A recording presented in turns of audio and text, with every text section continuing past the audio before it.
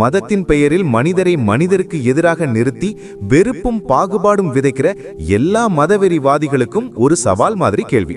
அன்பும் அமைதியுமாக வாழ்கிற நல்ல இந்து கிறிஸ்தவர் முஸ்லிம் மக்களை பிரிக்க முயற்சி செய்கிறவர்களுக்கு இது ஒரு எச்சரிக்கை. அந்த கேள்வி கேட்டது ஒரு குழந்தைதான்.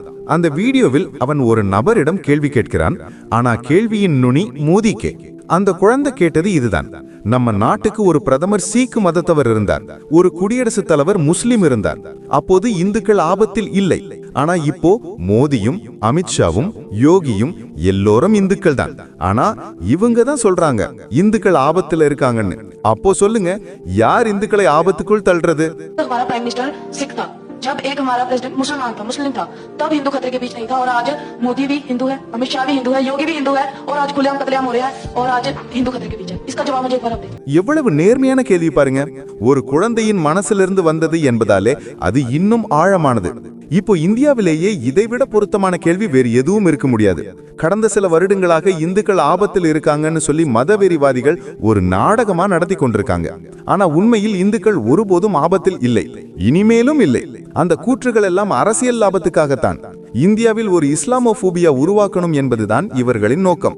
நல்ல மனமுள்ள இந்து சகோதரர்களின் இதயத்துக்குள் முஸ்லிம்களிடம் வெறுப்பு விதைக்கணும் என்பதே இவர்களின் திட்டம். அந்த குழந்தை சொன்னது போல, நம்ம குடியரசுத் தலைவர் ஒரு காலத்தில் முஸ்லிம் ஏபிஜே அப்துல் கலாம், பிரதமர் சீக்கு மதத்தவர் மன்மோகன் சிங்.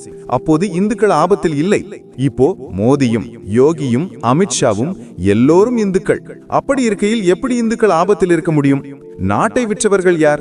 நாட்டின் ரகசிய தகவல்களை பாகிஸ்தானுக்கு கொடுத்தவர்கள் யார்? பெரும்பாலும் RSS பாஜகவினர் தானே. ஒரே ஒரு முஸ்லிம் கூட இல்ல.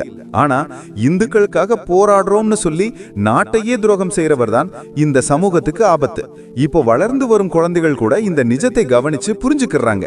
கப்பட முகமுடி அணிந்தவர்களை உண்மையான இந்துக்கள் தாமே எதிர்த்து நிற்கிறார்கள். இந்தியாவுக்காக உயிர் தியாகம் செய்தவர்கள் எல்லா மதத்தவர்களும் தான், இந்துக்கள், முஸ்லிம்கள், கிறிஸ்தவர்கள். அப்படி இருக்கையில் இந்த நாட்டை ஒரு மதத்தவருக்கே சொந்தம்னு சொல்ல முடியாது. மதவெறிவாதிகளின் திட்டங்களை இந்த மக்கள் ஒருபோதும் ஏற்க மாட்டார்கள். அன்பும் சகோதரத்துவமும் புரிந்த மக்கள் அந்த வெறியையும் தோற்கடித்தாய் தீர்வார்கள்.